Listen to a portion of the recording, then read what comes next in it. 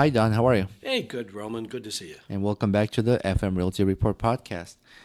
We got really exciting news for you today. And if you're listening locally, anywhere in the nation or across the world, this is going to be very important. And Don is going to kind of take point on this because of his role and information he brought in today. But I'm excited. You can tell in my tone. And let's just jump right in, Don. Okay. Well, first of all, just full disclosure, I sit on the Onondaga County Planning Board, but what I'm going to tell you is all public knowledge. And we were talking off mic a little bit about the importance of Micron, and that's what we're talking about. We're talking about what's happened in the Micron movement, as it were, recently. And as many of us believe, Micron is not going to solve every problem in central New York. Micron is going to, however, be a catalyst that'll impact everything. And we liken it to the Erie Canal. The Erie Canal transformed central New York, transformed Syracuse, grew Syracuse. And we think this is just as impactful. It's our, 21st century Erie Canal moment. Mm-hmm. But what is exciting is on September 24th of last week was, to me, a historical day in Onondaga County. The planning board approved the first draft resolutions regarding the site plan of Micron. Micron is starting construction in November. Mm-hmm. There's doomsayers out there and doomsayers out there, and folks, it's happening. And so what I have is a copy of the draft resolutions. These are all, they're draft at the time, but they now have been approved. And I just want to highlight a whole series of things that give us in the community an idea of what's really going on. And it is, I know the chair of the Onondaga County Planning Board kept using this word, and I think it's correct. Once you start looking at what's going on here, this is staggering. Mm-hmm. The scale of this is staggering. $100 billion. I mean, you just can't say that without saying, wow. The site is 1,377 acres, and they're going to use the entire site. And this is for, specifically, as the resolution says, Micron Semiconductor Manufacturing, LLC, to build a large-scale, state-of-the-art, dynamic random access memory semiconductor manufacturing facility in clay at the White Pines Commerce Park.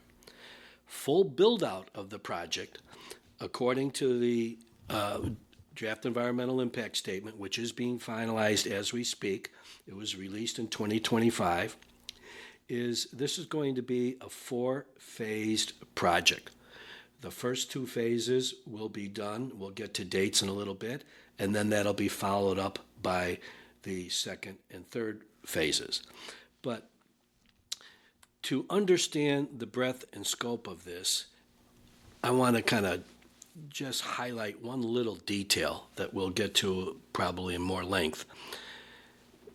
This project is so big from a construction point of view, the amount of concrete, the amount of aggregate material that they have to bring in, and it shows you where Micron's head is at. The plan was to truck all this stuff in, and this stuff isn't just all, the aggregate material isn't all coming from Central New York. We can't supply all of this. It's got to come from many points in the country. And so the decision was made, and it's been in the news, that there's a railroad spur that's going to be enhanced and right across Cordnoy Road. If you look at the intersection of Cordnoy and Route 31, that's the southwest corner of the project. The main construction site is going to be on Cordnoy Road. The main entrance to the plant upon completion is going to be off of Route 31.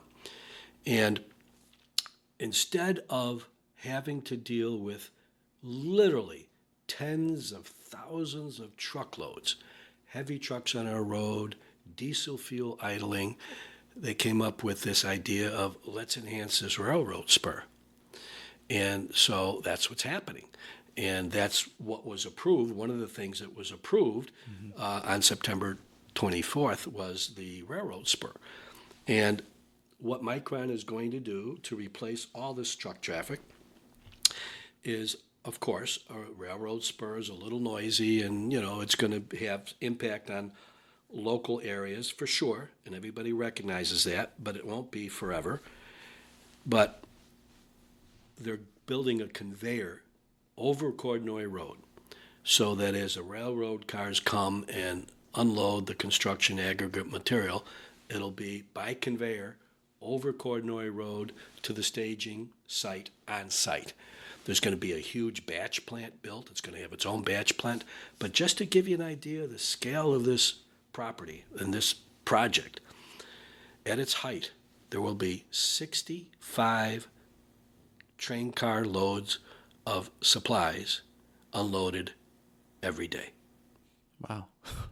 65 railroad cars every day. That reduces a lot of trucks on the road. Oh, the amount of truck traffic, Yeah. as I said, it was calculated to be tens of thousands of truck routes. Now, for this particular portion, the stone, the aggregate materials, not all the trucks are going to be on site work. It's all coming by rail. And it's coming from many parts of the country. If you're concerned about the noise, think of the isolated area for the noise versus how many trucks would have had to travel by road and how much road noise pollution that would be from wherever they're coming from all the way. Absolutely. And by the time that truck traffic got to the site, we all knew that you'd have traffic jams of trucks just coming and going 24 hours a day. The proposal, and again, there will be changes, there will be modifications, there's going to be scores of more meetings with the planning board and both with the county as town of Cicero, town of Clay. So there's still a lot of regulatory decisions and efforts to be made. I don't want anybody to think that this is all said and done in terms of the regulatory process. This is a huge project, and there's going to be changes, there's going to be modifications.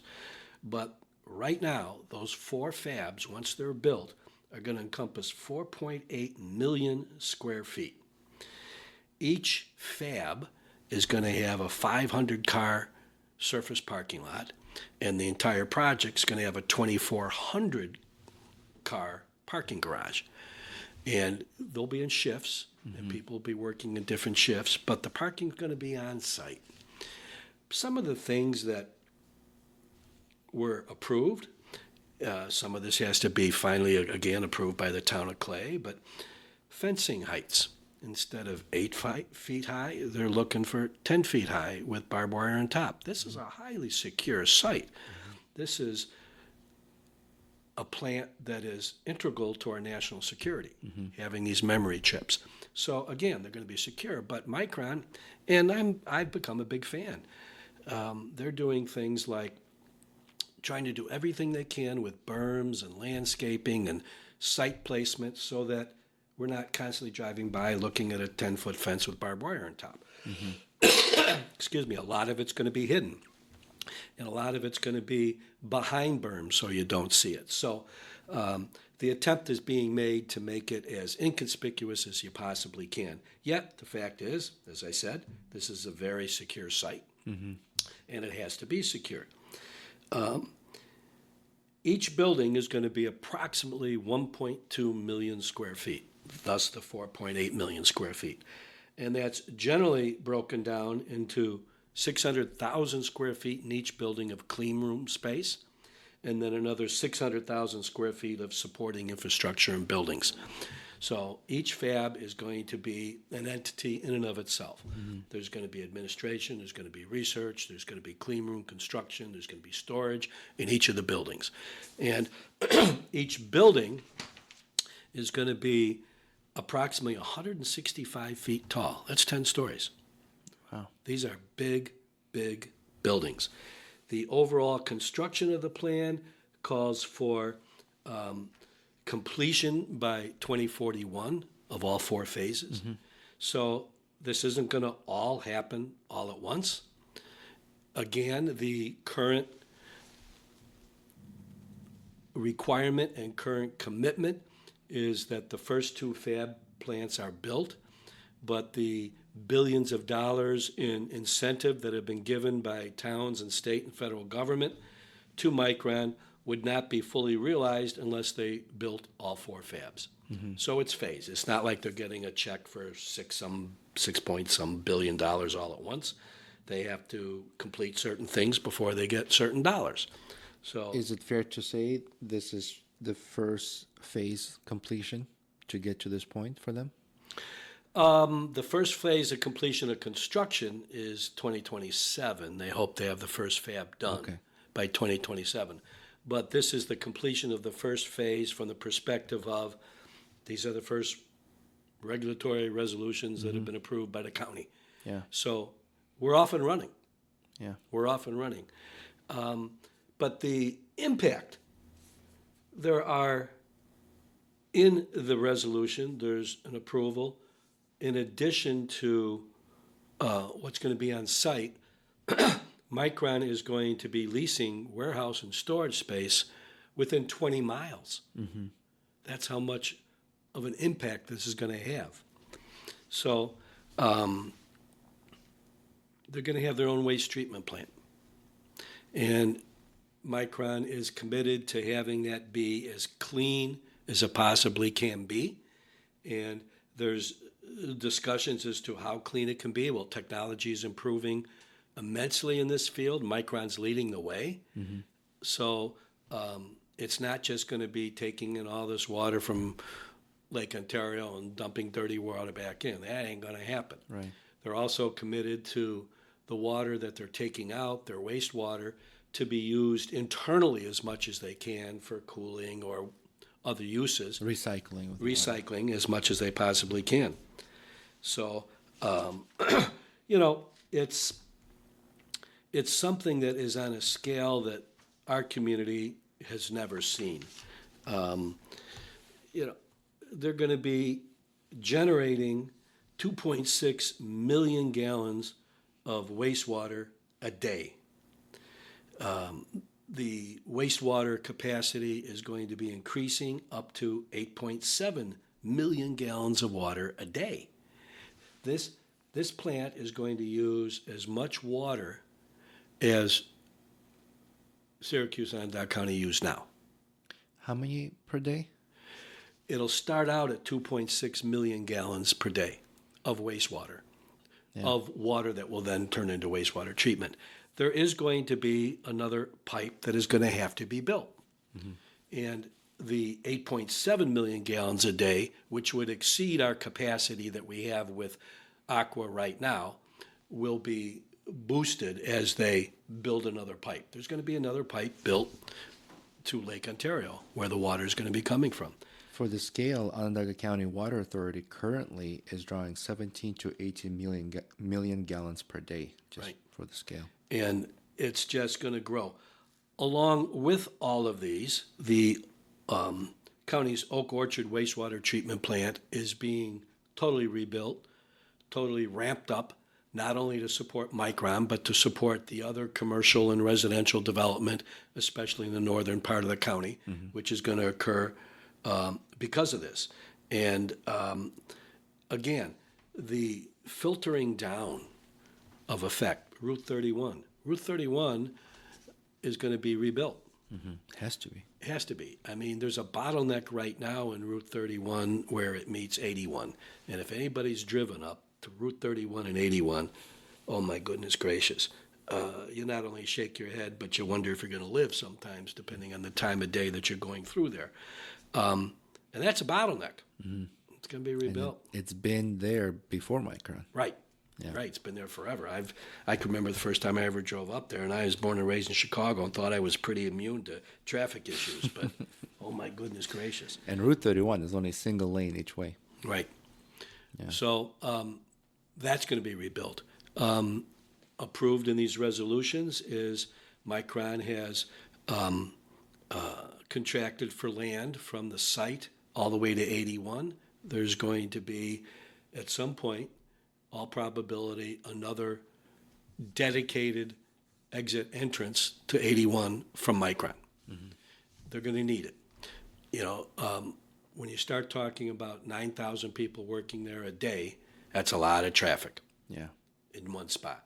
So the commitment's been made by the state and the county and Micron to do certain things. Just throwing out a couple of other stats here. You were saying that right now, Aqua is doing 17, 18 million gallons a day. Per day, yeah. The total anticipated demand per day at full build-out, what we talked about before was wastewater. This is full build-out, is 48 million gallons a day. That's a lot. Yeah. So, I mean, it's just, you talk about transportation, you talk about construction material transportation, you talk about the size of these buildings, you talk about wastewater, you talk about total water usage. This is on a gargantuan scale, just a gargantuan scale. Federal wetlands, there's some wetlands on the site, and there's federal and state requirements that when you fill in and lose wetlands, you have to replace it. Well, there's going to be approximately 200 acres of federal wetlands, and Micron is partnering with the Wetlands Trust to build out over 6 sites an increase of 422 acres of wetlands. So they're more than doubling what they're filling in, and they're doing it around 6 sites. So again, Micron's been doing this all over the world. They know what they're doing, and they know that there's some things it's not worth fighting. But more importantly, the impression that I have gotten from Micron, their commitment to the environment is real. Is everybody going to like everything? No. I mean, Micron is suffering from the same, or not suffering, but dealing with the same requirement that many industries do, where people want to know, and it sounds like common sense, I want to know every kind of chemical you're putting in here, you're using. Well, some of that is proprietary information. Right. And I think the community has to understand that. That said, things have to be safe. And I'm no environmental expert on any level, yet at the same time, the amount of attention that's being given to this and the amount of review from the private sector and the nonprofit sector is huge. So I think it's going to be as good as it can be. Yeah, and like you said, it's a national security issue. Exposing all chemicals publicly could affect that. Right. But if there's a third party or someone who reports to the government of what the chemicals are being put and how it's being processed, that has to be in place. I couldn't agree with you more. And just let's talk about, people say, well, it's big companies, it's big business, and it is. But we have to look at really what the full impact's going to be. Economically, at full build-out, this project, just this project, is going to generate $10 billion of GDP growth within the region. That's huge. I mean, that's just nothing like that has ever had it. It'll generate additional tax revenues. There's an investment of $500 million by Micron and its partners in local and regional initiatives. And the first part of this is being done in conjunction with Empire Development for the state of New York and Community Foundation. And they're working on the first $350 million that are going to community initiatives decided by the community, not Micron, by the community. And these initiatives have already begun and are already continuing. So that's something that just really doesn't happen. The project will generate $2 billion in induced disposable income in the 5-county region, over $3.3 billion by 2041. The project is expected to generate 33,000 off-site jobs by 2045, with a 5-county regional impact of 64,000 new residents by 2041, and that's just a guess. Everybody I've talked to think those two numbers are going to double. I think we're going to see 100,000+ more people here by 2041, and I think you're going to see disposable income in the $5 to $6 billion range. Wow. That this is the definition of when you said it's the modern day Erie Canal. It is. It is. So stay tuned. I will bring, and Roman and I will bring as much information we can about this going forward. As I said, there's going to be continued growth in this project. There's going to be modifications and changes. There's going to be multiple resolutions coming up in front of both the Onondaga County Planning Board as well as the town of Clay and a little bit in the town of Cicero. That's going to be impacting the 5-county region. And so stay tuned. And I think everybody who lives in this community and who is thinking of moving to this community should be aware of what's going on and truly be excited. This is a special moment. It is. This is too important not to talk about, cover it, and share.